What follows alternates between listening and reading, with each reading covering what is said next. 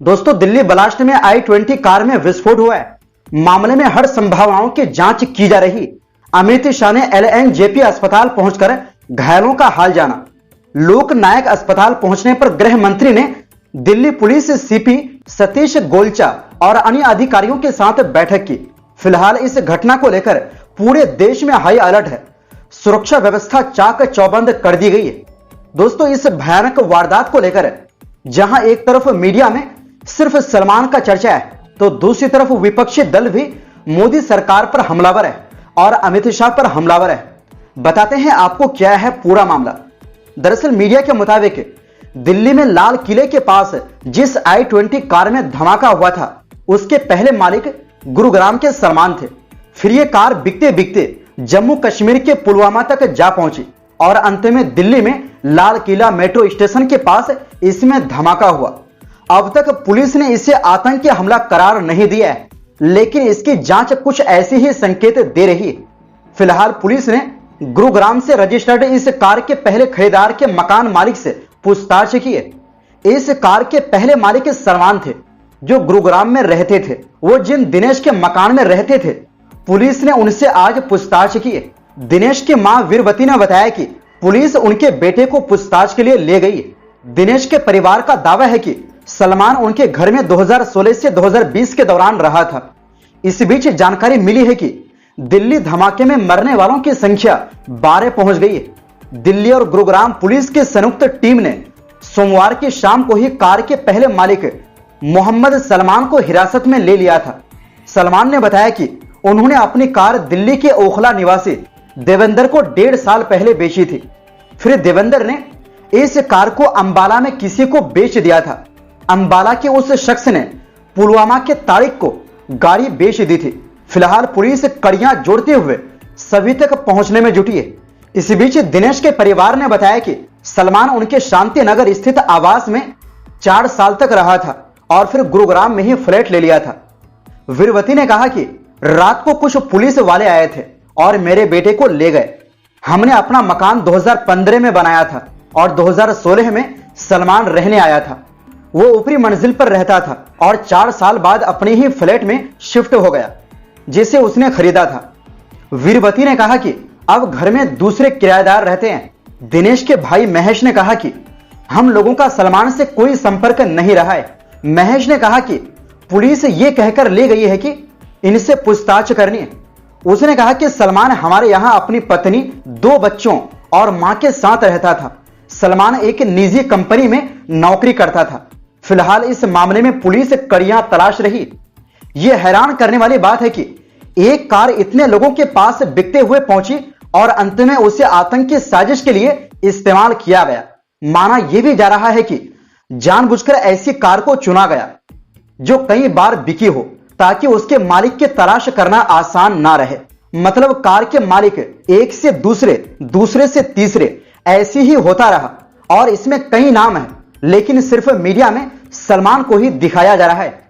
इसको लेकर भी लोग सवाल कर रहे हैं। बेशक गुनहगार जो भी हो, बख्शा नहीं जाना चाहिए, लेकिन इसको धर्म के एंगल से देखना, मीडिया में एक पक्ष को बदनाम करना, इस पर सवाल उठ रहे हैं। क्योंकि इस घटना के बाद पूरा देश गमगीन है, चाहे वो किसी भी धर्म का हो। हर कोई इसकी निंदा कर रहा है। और आपको बता दें कि इसमें जान गंवाने वाले, यानी इस ब्लास्ट में मरने वाले हर धर्म के लोग हैं। मतलब इसमें मुस्लिम भी है। किसी को पेट की भूख दिल्ली खींच लाई थी, कोई बीमार रिश्तेदार को देखने अस्पताल गया था, किसी को थोड़े पैसे कमाने थे कि मजदूरी मिल जाए तो घर का खर्च चल जाए, मगर मौत को कुछ और ही मंजूर था। वहीं फरीदाबाद पुलिस ने अल फलाह यूनिवर्सिटी में डॉक्टर मुजम्मिल के साथ काम करने वाले छात्रों, प्रिंसिपल और फैकल्टी सदस्यों से पूछताछ की। 52 से ज्यादा लोगों से पूछताछ की गई। फरीदाबाद पुलिस ने 6 लोगों को हिरासत में लिया है और उनसे आतंकी मॉड्यूल के बारे में पूछताछ कर रही है। वहीं दिल्ली ब्लास्ट के बाद गृह मंत्री अमित शाह के घर पर हाई लेवल मीटिंग हुई। इस मीटिंग के बाद अब धमाके की जांच NIA को सौंपने का फैसला लिया गया है। यानी अब दिल्ली में लाल किले के पास हुए ब्लास्ट की जांच नेशनल इन्वेस्टिगेशन एजेंसी करेगी। बता दें कि भूटान पहुंचे भारत के प्रधानमंत्री नरेंद्र मोदी ने कहा है कि दिल्ली धमाके के षड्यंत्रकारियों को बख्शा नहीं जाएगा।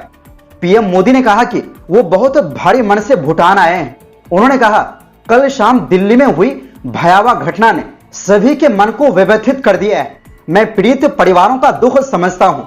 आज पूरा देश उनके साथ खड़ा है। मैं कल रात भर इस घटना की जांच में जुटी सभी एजेंसियों के साथ, सभी महत्वपूर्ण लोगों के साथ संपर्क में था।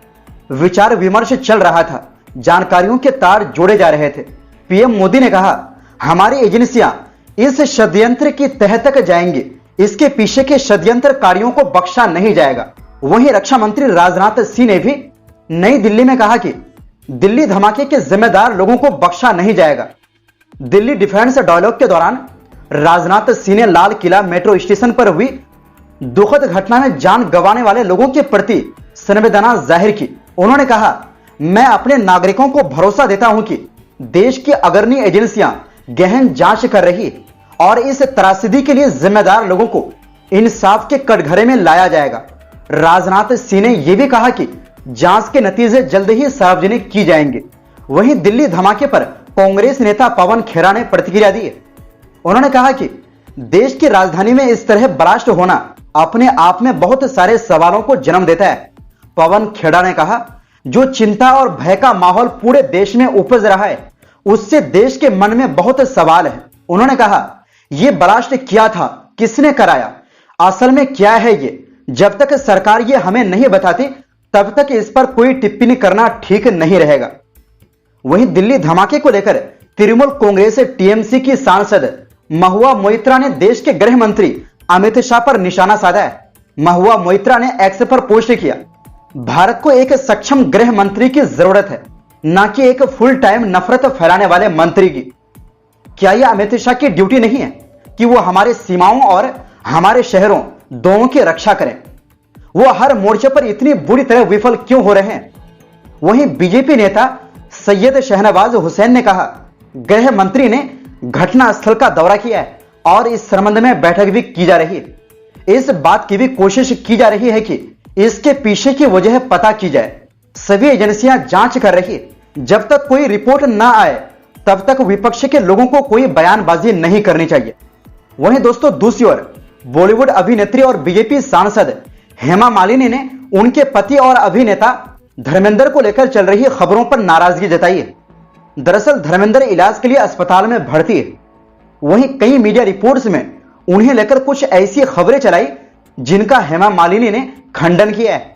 हेमा मालिनी ने एक्स पर पोस्ट किया, जो हो रहा है उसे माफ नहीं किया जा सकता है। जिम्मेदार चैनल ऐसे व्यक्तियों के बारे में झूठी खबर कैसे फैला सकते हैं जिस पर इलाज का असर दिख रहा है और वो ठीक हो रहा है? उन्होंने लिखा, यह बेहद अपमानजनक और गैर जिम्मेदाराना है। कृपया परिवार और उसकी प्राइवेसी का सम्मान करें। खैर दोस्तों, इस पूरी घटना पर आपकी क्या राय है? अपनी राय कमेंट बॉक्स में जरूर दें। फिलहाल के लिए इस वीडियो में बस इतना ही।